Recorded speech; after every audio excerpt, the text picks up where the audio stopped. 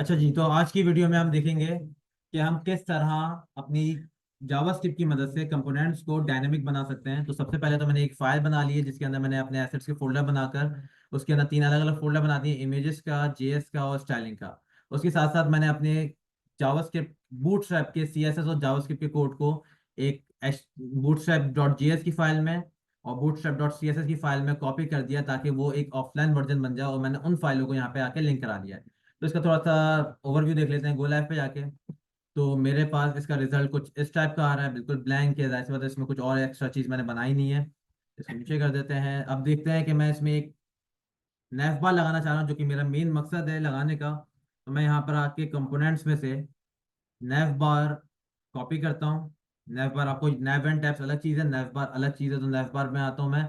और इसका फर्स्ट नैफ बार मैं यहाँ पर आके इसका कोड कॉपी कर लेता हूँ। वापस आता हूँ और इस कोड को मैं हेडर के टैग के अंदर रखूंगा। किसके टैग के अंदर? हेडर के टैग के अंदर रखूंगा, और कंट्रोल भी करके मैंने पेस्ट कर दिया। मैं जाके अपना अगर रिजल्ट देखूं तो मेरे पास एक नैव बार आ गया है, और हेडर के टैग से कोई फर्क नहीं पड़ा क्योंकि बेसिकली ये सेमेंटिक टैग है HTML5 का, ताकि हमारे सेक्शंस अलग अलग हो सकें। मैं हेडर का टैग सिर्फ नैव बार के लिए यूज करता हूँ, फुटर का टैग सिर्फ फुटर के लिए यूज करता हूँ, कहीं और यूज नहीं करता। इसलिए मैंने इसको हेडर के टैग में रखा है। अब ये थोड़ा सा लाइट लाइट सा लग रहा है, तो थोड़ा सा इसको डार्क बनाते हैं। तो मैं यहाँ पे नेव बार की थीम से नेव बार लाइट और बीजी लाइट, कंट्रोल डी प्रेस करके मैंने दोनों सेलेक्ट कर लिए, और साथ में मैंने दोनों को डार्क कर दिया। एक साथ किया दोनों को डार्क। देखते हैं, तो मेरे पास ये डार्क थीम हो गई है इसकी नेव बार की। अब मैं ये चाहता हूँ कि मैं जिस पेज पे भी सिर्फ हेडर ओपन करूँ, सिर्फ हेडर, तो मेरी नैव बार की पूरी कोडिंग वहां पर आ जाए। तो सबसे पहले तो मैंने नैव बार अपना बना लूंगा। मैं अपने HTML की फाइल में एक नैव बार पूरा कंप्लीट डिजाइन करूंगा जैसा मुझे चाहिए। मैं उसमें लिंक्स लगाऊंगा, मैं उसमें बटन्स बनाऊंगा, सारी चीजें मैं उसमें कर लूंगा, और एक हेडर एक नैव बार मैंने कंप्लीट कर लिया है। अब मैं आता हूँ अपने जावास्क्रिप्ट में, जावास्क्रिप्ट के फोल्डर में, और एक फाइल बनाता हूँ जिसका नाम रखता हूँ मैं main.js, जिसके अंदर मैं वो कंपोनेंट्स रखूंगा, वो कोड रखूंगा जो हर फाइल में मुझे लगाना है। जब भी मैंने main.js रखा, अगर सिर्फ ये इंडेक्स का कोड होता, सिर्फ इंडेक्स की जावास्क्रिप्ट होती, तो मैं index.js से बनाता। और अगर मैं अबाउट के पेज की जावास्क्रिप्ट कर रहा हूँ तो मैं about.js के नाम से बनाता, क्योंकि हर पेज की जावास्क्रिप्ट मैं उसी के नेम से बनाता हूँ। main.js आपकी फाइल वो होती है ताकि आप उसको हर पेज पे यूटिलाइज कर सको, और आपको पता हो कि मेन की फाइल आपकी तमाम कंपोनेंट्स को हेल्ड कर रही है। तो यहाँ पर आकर सबसे पहले तो मैंने एक main.js की फाइल बना ली, और index.html में जाके डाउन में मैं उसका लिंक भी लगा दूंगा स्क्रिप्ट के टैग में। Script SRC control space assets JavaScript, और उसके अंदर main.js की फाइल है। मैंने दोनों को आपस में लिंक करा दिया है। अब मैं अपनी main.js में आता हूँ। सबसे पहले जावास्क्रिप्ट की आपको एक चीज समझ में आनी चाहिए कि हम जब भी HTML में कोई काम कर रहे होते हैं तो हम पहले उसको कॉल करवाते हैं, और कॉल कराने का यहाँ पे जो ऑब्जेक्ट है वो है डॉक्यूमेंट। मैं डॉक्यूमेंट के जरिए HTML को कॉल करवा लेता हूँ कि भाई HTML मुझे आपसे काम है, और मैं आपके साथ कुछ डिटेल्स शेयर करना चाहता हूँ, कोई स्ट्रक्चर बनाना चाहता हूँ, तो मैं आपको कॉल कराता हूँ। तो मैंने डॉक्यूमेंट के नाम से कॉल करा लिया है। ऑब्जेक्ट के अंदर प्रॉपर्टीज होती हैं। तो डॉक्यूमेंट डॉट, मेरे पास कुछ लोगों जो जावास्क्रिप्ट पढ़ चुके हैं उनको पता है कि गेट एलिमेंट बाय आईडी के जरिए मैं किसी पर्टिकुलर टैग को बुला सकता हूँ। लेकिन मैंने कहा आपको कि मैं हेडर के अंदर कोई आईडी और कोई क्लास का भी यूज नहीं करूंगा। तो जब हमें डायरेक्ट टैग को बुलाना होता है, किसी आईडी या किसी क्लास या किसी पर्टिकुलर या स्पेसिफिक एलिमेंट को नहीं बुलाना होता, एक प्रॉपर एक एलिमेंट जिसका नाम ही जिसका टैग है उसी को बुलाना है, तो मैं यहाँ पे लिखता हूँ क्यूरी सेलेक्टर। क्या लिखता हूँ? Query selector. और उसके अंदर मैं इन्वर्टेड कॉमा में यहाँ पे बता दूंगा मैं किसको बुला रहा हूँ। देखिए मैं यहाँ पे लिख रहा हूँ तो यहाँ पे मेरे पास सजेशन आ रही है, सारे टैग्स की सजेशन है जो कि टैग्स होते हैं। यहाँ पे मैं हेडर को बुला लेता हूँ कि भाई मैं हेडर में कोई काम करना चाहता हूँ। हेडर में मैं क्या काम करना चाहता हूँ? मैं हेडर में इनर HTML करना चाहता हूँ। अब इनर HTML क्या कीवर्ड जो है वो क्या करता है, मैं इस इनर HTML में जो भी लिखूंगा वो हेडर के टैग के अंदर उसको प्रिंट करेगा। चाहे मैं उसको H1 लिखूं, या चाहे उसमें मैं कुछ और एक्स्ट्रा कुछ भी लिखूं, वो हेडर के टैग के अंदर लिखेगा। तो मैं यहाँ पे डॉट इनर HTML करता हूँ, और इनर HTML करने के बाद यहाँ पे मैं इक्वल्स टू करके भी कर सकता हूँ, और मैं यहाँ पे प्लस इक्वल्स टू भी कर सकता हूँ। दोनों का मतलब मैं आपको इंशाल्लाह आगे बताऊंगा। और यहाँ पर मैं नॉर्मल कोटेशन नहीं, मैं एपोस्ट्रोफी कोटेशन का यूज करूंगा, जो कि आपके वन के बराबर में और टैब के ऊपर होती है। मैंने यहाँ पे इसके डबल कोट्स का मतलब एपोस्ट्रोफी कोटेशन का यूज कर लिया और एंटर प्रेस कर दिया। इस कोट्स के बीच में मैं वापस आऊंगा अपने index.html में, और हेडर नहीं, हेडर के अंदर जो मेरा पूरा नेव बार है उसको पूरे के पूरे को कॉपी करूंगा, कंट्रोल X, मतलब यहां से भी डिलीट कर दिया मैंने। मेन डॉट जेएस में यहाँ पे आके प्रिंट कर दिया। सिंपल। अभी आप देख सकते हैं index dot H T M L में कोई भी कोड नहीं हुआ। ऐसा ही है, कोई भी कोड नहीं है मेरा। और मैं अगर वहां पे जाके नोट करूं तो मेरा नैव बार तो अभी भी आ रहा है, गो लाइव है। जबकि चलो मैं रिफ्रेश करके देख लेता हूँ, ये रिफ्रेश करने के बाद भी आ रहा है। इसका मतलब क्या है कि मैं डायनेमिक हेडर लगा चुका हूँ। मतलब सिर्फ और सिर्फ हेडर का टैग ओपन करने से मेरा आपका नैवबार का पूरा कोड इस इंडेक्स की फाइल में आ गया है। अच्छा ये बात है, तो मैं हेडर का टैग ही डिलीट करके देखता हूँ। सिर्फ मैंने हेडर का टैग डिलीट किया है, देखिए मेरा नैवबार भी गायब हो गया। तो नैवबार अब मोहताज है, वो डिपेंड करता है किसके ऊपर, हेडर के टैग के ऊपर। हेडर का टैग होगा तो नैवबार शो करेगा, हेडर का टैग नहीं होगा तो नहीं करेगा। अगर दो हेडर के टैग होंगे तब भी नहीं करेगा। क्यों? क्योंकि आपके पास यहाँ पे क्यूरी सिलेक्टर सबसे पहले वाले टैग को फोकिया देता है। चलें इसको टेस्ट करने के लिए क्या करते हैं कि हम एक और फाइल बनाते हैं। जैसे होता है हम इसको बना क्यों रहे कंपोनेंट, ताकि हम डिफरेंट फाइल्स में हेडर के टैग को यूज कर सकें। तो index dot H T M L तो मैंने बना लिया है। अब मैं एक बना लेता हूँ about dot H T M L, जिसमें मैं अबाउट का पेज बनाऊंगा। About dot H T M L में आता हूँ, सिंपल बॉयलर प्लेट ओपन करी, अपनी बूटस्ट्रैप की लिंक्स अटैच करें, assets, styling bootstrap dot C S S, H T M L में मैंने यहाँ पे आके कर दिया script S R C, bootstrap का दूसरा लिंक यानी जावास्क्रिप्ट का लिंक मैंने यहाँ पे लगा दिया।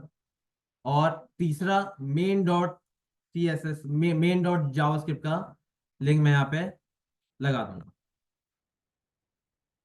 मैं यहाँ पे मेन डॉट जेएस का लिंक लगाऊंगा, यहाँ पे एसेट्स जावास्क्रिप्ट और मेन डॉट जेएस मैंने अपने सारे लिंक्स लगा दिए हैं about dot H T M L में। अब मैं यहाँ पे about dot H T M L में जाना चाहता हूँ by using navbar। By using navbar, तो बेसिकली मैं अब navbar में जो भी चेंजेस होगी वो मैं कहाँ जाके करूंगा, मेरा navbar जहाँ पर है यानी मेन डॉट जेएस में। यहाँ पे आप देख सकते हो कि ड्रॉप डाउन और आपके सारे लिंक्स यहाँ पे मौजूद हैं। मैं यहाँ पे आता हूँ होम के एलिमेंट, यानी ये देखो होम का जो एच है, मैं इस एच को index dot H T M L कर देता हूँ, क्योंकि index dot H T M L पे लेके जाना चाहिए। और जो दूसरा लिंक है मेरा वो बेसिकली अबाउट का है, तो मैंने यहाँ पे अबाउट किया, और अबाउट में मैंने एच में उस पेज का लिंक दे दिया, यानी about dot H T M L. मतलब मैं एक ही जगह चेंज कर रहा हूँ, मेरा हेडर चेंज हो चुका है। यहाँ पे होम पे देखिए index dot H T M L आ रहा है, नीचे की तरफ यहाँ पे लिंक आ रहा होता है, और अबाउट पे होवर करो तो about dot H T M L आ रहा है। मैं अबाउट पे क्लिक करके यहाँ पे about dot H T M L पे आ चुका हूँ, और about dot H T M L में मेरा कोई हेडर अभी नहीं है। मुझे सिर्फ और सिर्फ about dot H T M L में कोई बॉडी में कुछ नहीं करना, सिर्फ हेडर का टैग ओपन करना है। सिर्फ हेडर का टैग ओपन किया है, यहाँ पे मेरे पास हेडर आ चुका, यानी नवा मेरा यहाँ पे प्रिंट हो गया। अब मैं यहाँ से होम पे भी जा सकता हूँ, देखिए मैं अभी इंडेक्स डॉट एच पे आ गया, अबाउट पे क्लिक कर रहा हूँ, अब मैं अबाउट डॉट एच पे आ गया। और मेरा कोड ना नेवबार का अबाउट डॉट एच पर है और ना इंडेक्स डॉट एच पर है, मेरा जो मेन कोड है वो मेन डॉट जेएस में है। मतलब अब जिस फाइल में भी मुझे नेवबार चाहिए होगा, सिंपल मैं उस फाइल में जाके हेडर का टैग ओपन एंड क्लोज करूंगा और मेरा वो नेवबार वहां पे प्रिंट हो जाएगा। सेम इसी तरह आप बूटस्ट्रैप यानी आप जो फुटर है आपका वो बना सकते हो। यहाँ पे आप देख सकते हो मैंने कोड कितना लिखा है, सिर्फ ये कोड है मेरा। डॉक्यूमेंट, मतलब मैंने अपने ऑब्जेक्ट यानी मेरे जो HTML को कॉल किया मैंने डॉक्यूमेंट के जरिए। फिर मैंने कहा क्यूरी सेलेक्ट है, जिससे मैं अपना कोई एक टैग सेलेक्ट करता हूँ, उसके अंदर मैंने राउंड ब्रैकेट में अपने टैग का नाम बता दिया।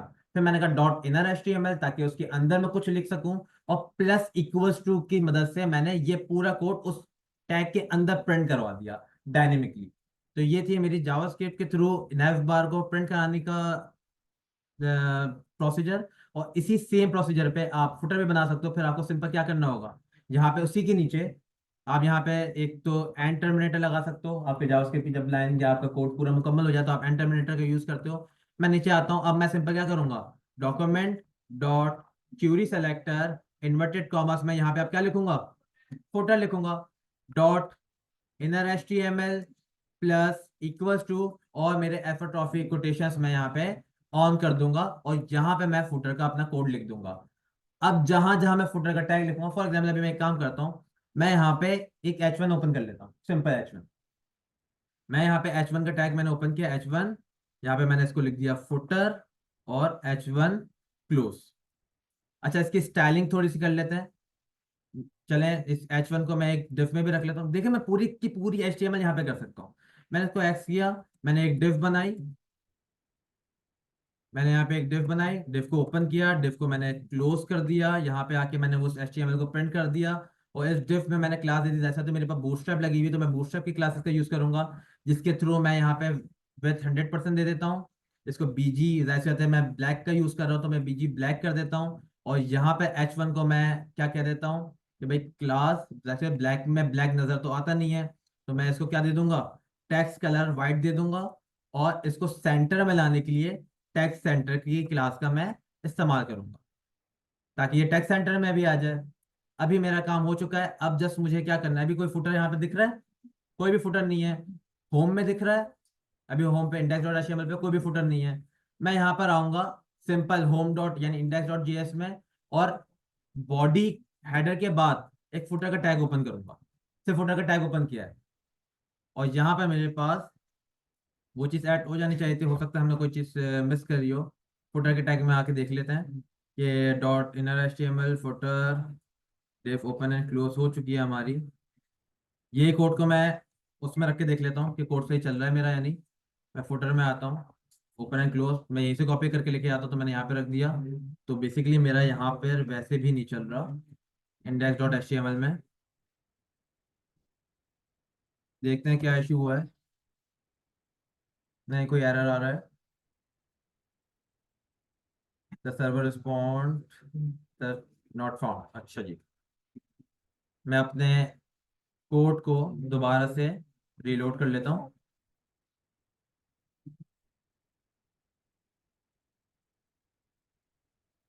मेरे पास फुटर अभी नहीं आया है।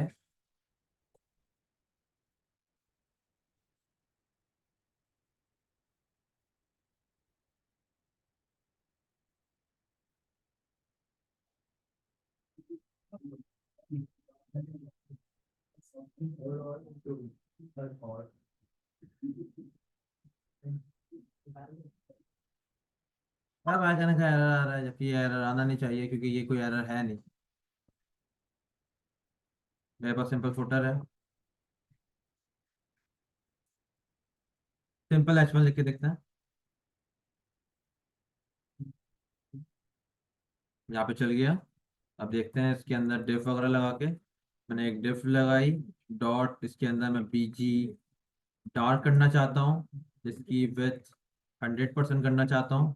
मैंने यहाँ पे दो चीज़ें ऐड कर ली, और इसके साथ साथ मैंने यहाँ पे एक H1 ऐड कर रहा हूँ फुटर का।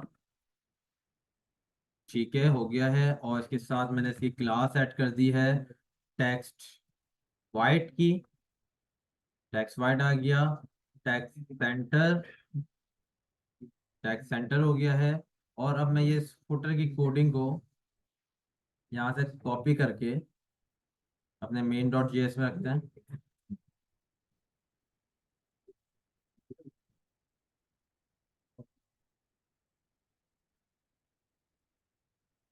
आ गया। वो बस एक ग्लिच था, छोटा सा। नैप पे इसलिए जा रहा है कि बीच में कुछ है नहीं। मैंने यहाँ पे देखो ना, हेडर की फौरन बाद फुटर खुला हुआ है। मेरा बीच में कोई कंटेंट है नहीं है। चले कंटेंट ऐड कर लेते हैं। मैं यहाँ पे एक पैराग्राफ का टैग ओपन करता हूँ और लॉरेम लिख देता हूँ मल्टीप्लाई बाय 50। तो मैंने यहाँ पे एक लॉरेम ऐड कर लिया, एक मेरा डिफॉल्ट टेक्स्ट, जिसकी कोई मीनिंग्स नहीं होती। तो आप देख सकते हैं कि मेरा एक हेडर आ रहा है और उसके नीचे एक फुटर आ रहा है, जिसको आप यहाँ पे देख सकते हैं। अगर मैं स्क्रीन को पकड़ूं तो देख रहे हैं फुटर आ रहा है मेरा।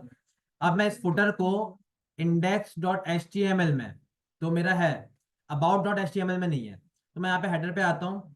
लॉरेम के लिए मैं यहाँ पे दोबारा पी लिखता हूँ, लॉरेम मल्टीप्लाई बाय 50 कर देता है ताकि टैक्स ऐड हो जाए। मैं यहाँ पे अबाउट के टैक्स पे आता हूँ। अबाउट पर आ गया हूँ मैं।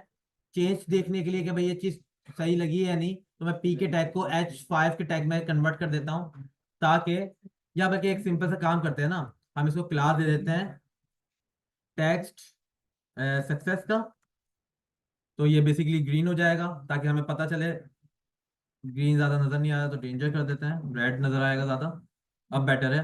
तो अब ये पता चला ये अबाउट है और ये होम है। ब्लैक वाला टैक्स होम का है और रेड वाला टैक्स अबाउट का है। उसमें अगर आप देखो तो कोई फुटर नहीं है। मुझे सिर्फ इसमें क्या करना है, इस about dot H T M L में इस पी के टैग के बाद, यानी मैं अपना पूरा पेज कंप्लीट करूंगा और उसके बाद सबसे एंड में एक फुटर का टैग ओपन कर दूंगा।